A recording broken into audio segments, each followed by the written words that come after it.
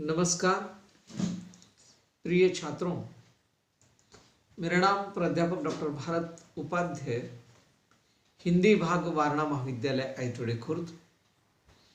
आज हम आपके सामने काली भाजन और नामकरण इस विषय पर अध्ययन करने वाले हैं। उसका चिंतन, मनन एवं अध्ययन इस विषय पर आज हम करेंगे। हिंदी साहित्य के इतिहास में काली भाजन और नामकरण यह मुद्दा काफी महत्वपूर्ण होता है। आदिकाल, भक्तिकाल, रीतिकाल और आधुनिक काल, इन चार विभागों में ये हिंदी साहित्य का इतिहास विभाजित हुआ है, जिसकी चर्चा हम आज संक्षिप्त के माध्यम से करेंगे।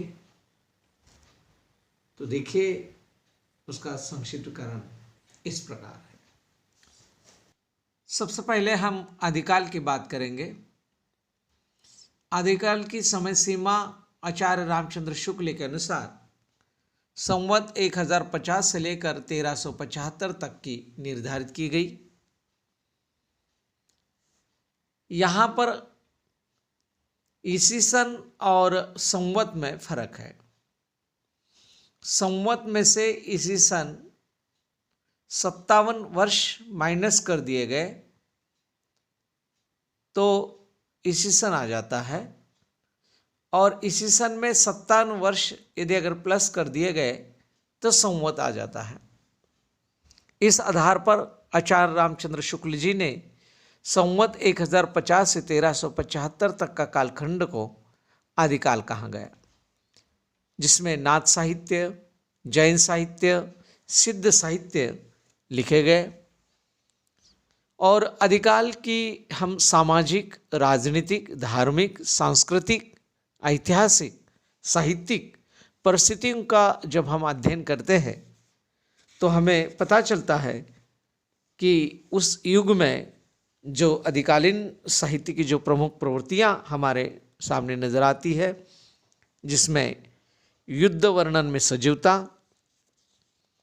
यहाँ पर प्रामाणिकता में संदेह, वीर एवं श्रृंगार रस की प्रधानता, आश्रयदाताओं की प्रशंसा, संकुचित राष्ट्रीयता, कल्पना की प्रचुरता, विविध छंदों का प्रयोग और डिंगल पिंगल भाषा का प्रयोग आदि प्रवृत्तियां आदिकाल की हम देखते हैं। हिंदी साहित्य का इतिहास में द्वितीय चरण आ जाता है भक्तिकाल का। भक्तिकाल के दो भेद यहाँ पर होते हैं। एक है सगुण काव्य धारा और दूसरा निर्गुण काव्य धारा। आचार्य रामचंद्र शुक्ल जी ने भक्तिकाल को स्वर्ण युग कहा गया,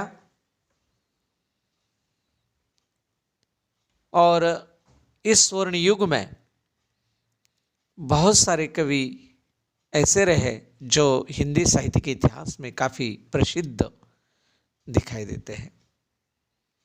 तो यहाँ पर हम सबसे पहले सगुण काव्य धारा की बात करेंगे।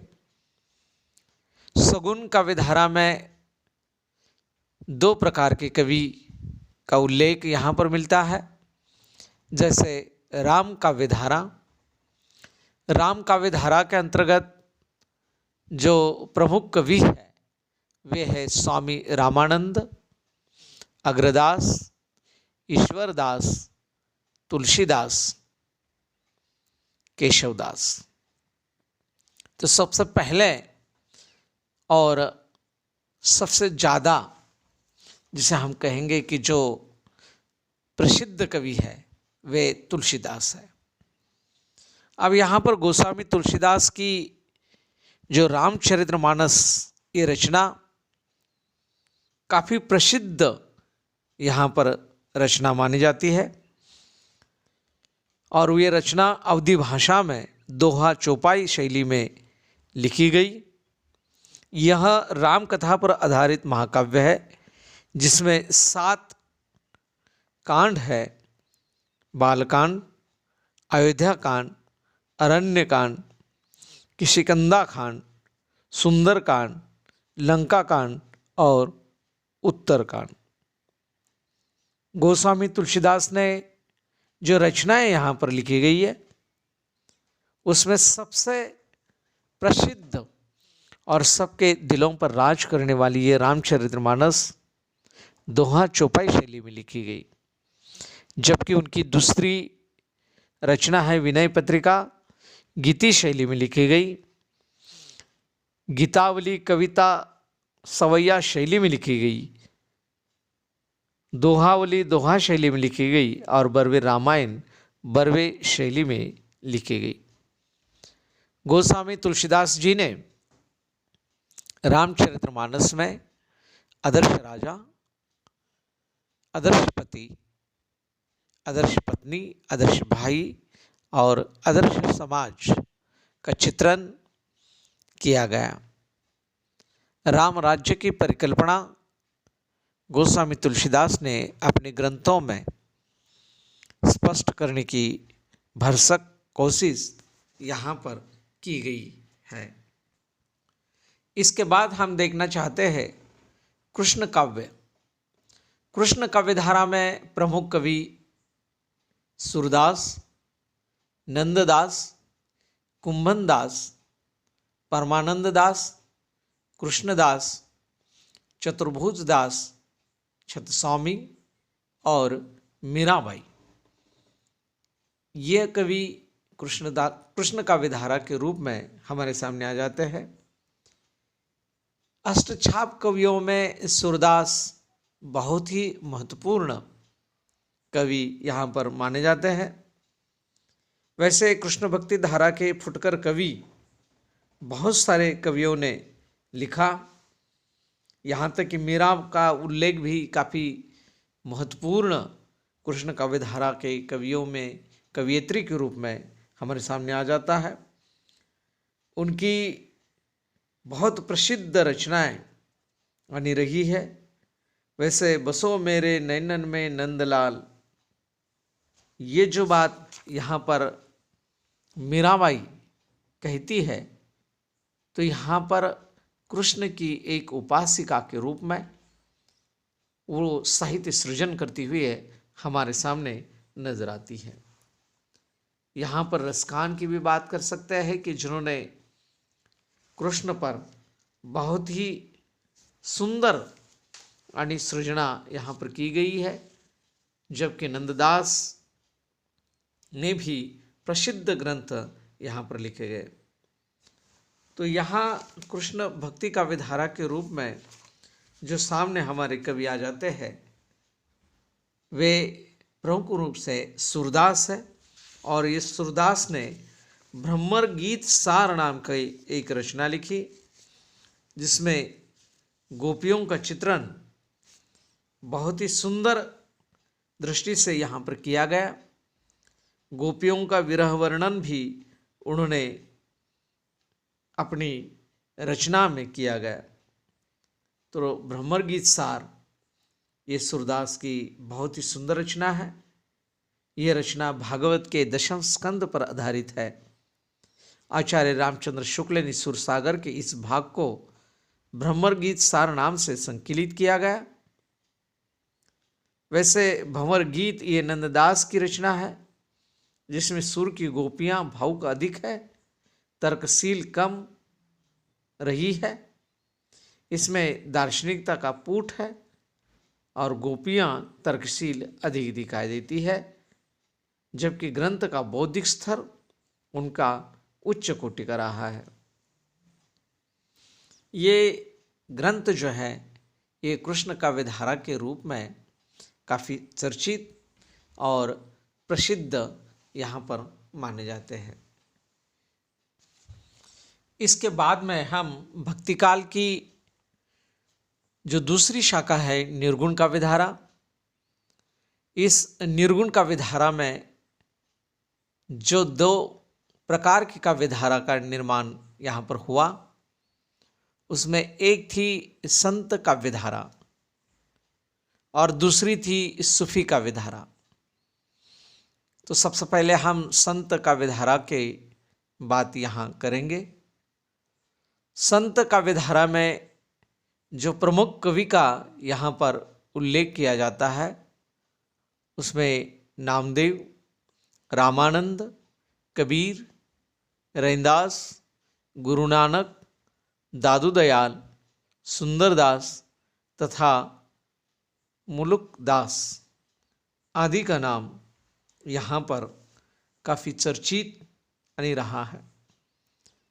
नामदेव तो हमारे मराठी के उच्च कोटि के संत रहे, जिन्होंने मराठी एवं हिंदी में उन्होंने लेखन किया, जबकि कबीरदास ये समाज सुधारक के रूप में हमारे सामने आ जाते हैं। संत कबीरदास ने जो दोहे लिखे हैं, पद लिखे हैं, ये सारे दोहे और पद एक समाज सुधारने की भाषा वे करते हैं। उन्होंने बाह्याडंबर का विरोध किया, जाति पात का विरोध किया। समाज सुधारक के रूप में संत कबीरदास आज भी प्रासंगिक नजर आ जाते हैं।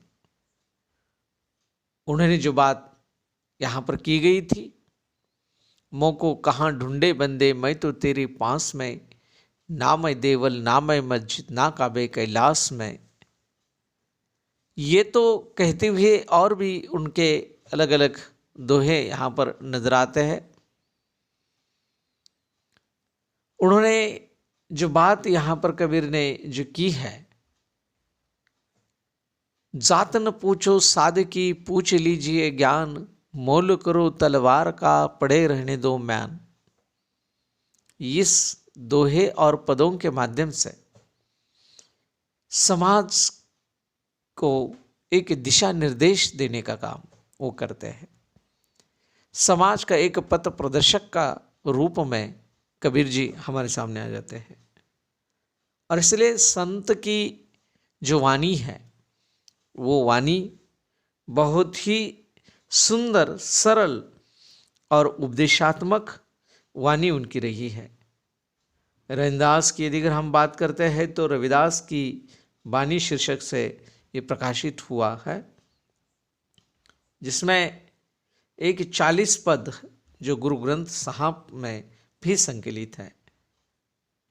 गुरु नानक सिख संप्रदाय के प्रवर्तक, गुरु नानक इतिहास प्रसिद्ध व्यक्ति है। उनका जन्म 1469 ईस्वी सन में तलवंडी में हुआ था, जो अब ननकाना साहब के नाम से जाना जाता है। गुरु नानक के पद गुरु ग्रंथ साहब में संकलित है। जैसे संत काव्यधारा में दादू दयाल भी बहुत बड़े संत रहे। इन्होंने दादू पंथ का प्रवर्तन किया। वे एक धर्म सुधारक एवं समाज सुधारक के रूप में प्रसिद्ध रहस्यवादी कवि थे। इनके पंथ को परम ब्रह्म संप्रदाय भी कहा जाता है। जबकि मुलुकदास एक ऐसे कवि हुए जिन्होंने संत की बात को आगे बढ़ाया। इनका जन्म 1574 से 1682 अर्थात ये उनका जीवन कालखंड रहा। 1574 में उनका जन्म हुआ है और 1682 में उसका देहांत हुआ है। ये मुलुकदास एक ऐसे संत काव्यधारा के कवि रहे जिन्होंने लंबी परंपरा को आगे बढ़ाया और अपने लेखनी के माध्यम से एक समाज सुधारने की बात की गई। इसके बाद निर्गुण काव्यधारा की दूसरी शाखा सूफी काव्य धारा, और इस सूफी काव्य धारा के प्रमुख कवि जायसी, कुतुबन, मंझन, उस्मान और नूर मोहम्मद आदि रहे हैं। सूफी काव्य धारा को प्रेमाश्री काव्य धारा भी कहा जाता है। प्रेमाश्री काव्य धारा में जो कवि हमारे सामने आ जाते हैं वे जायसी, जिसे हम मलिक मोहम्मद जायसी के रूप में, उनका नाम हिंदी साहित्य के इतिहास में काफ़ी प्रसिद्ध रहा है। मलिक मोहम्मद जायसी एक ऐसे कवि है जिनके द्वारा रचित पद्मावत सूफी काव्य धारा का सर्वश्रेष्ठ ग्रंथ है। इस ग्रंथ के अतिरिक्त जायसी के 2 अन्य ग्रंथ और भी है, जैसे अखरावट एवं आखिरी कलाम। अखरावट में वर्णमाला के प्रत्येक अक्षर को देख सिद्धांत निरूपण के रूप में किया, जबकि आखिरी कलाम में कयामत का वर्णन किया गया। ये दोनों ग्रंथ भी अवधी भाषा में ही उन्होंने रचे गए। इन 3 ग्रंथों में सबसे प्रसिद्ध जो उनका ग्रंथ रहा है वो पद्मावत, जो अवधी भाषा में लिखित हिंदी का प्रमुख महाकाव्य के रूप में माना जाता है। इसकी कथावस्तु का पूर्वार्ध कल्पित एवं उत्तरार्ध ऐतिहासिक माना जाता है। संक्षेप में भक्तिकाल की जो 2 धाराएं थी, सगुण एवं निर्गुण काव्य धारा, जिसमें राम काव्य धारा, कृष्ण काव्य धारा और संत काव्य धारा तथा सूफी काव्य धारा के प्रमुख कवि और उनकी रचनाओं को बारे में हमने देखा। उस रचनाओं में जो प्रवृत्तियों को हमने देखा, अगली तासिका में हम रीतिकाल को देखेंगे। तब तक के लिए यहीं पर हम विराम लेते हैं, फिर नई तासिका में मिलेंगे। तब तक के लिए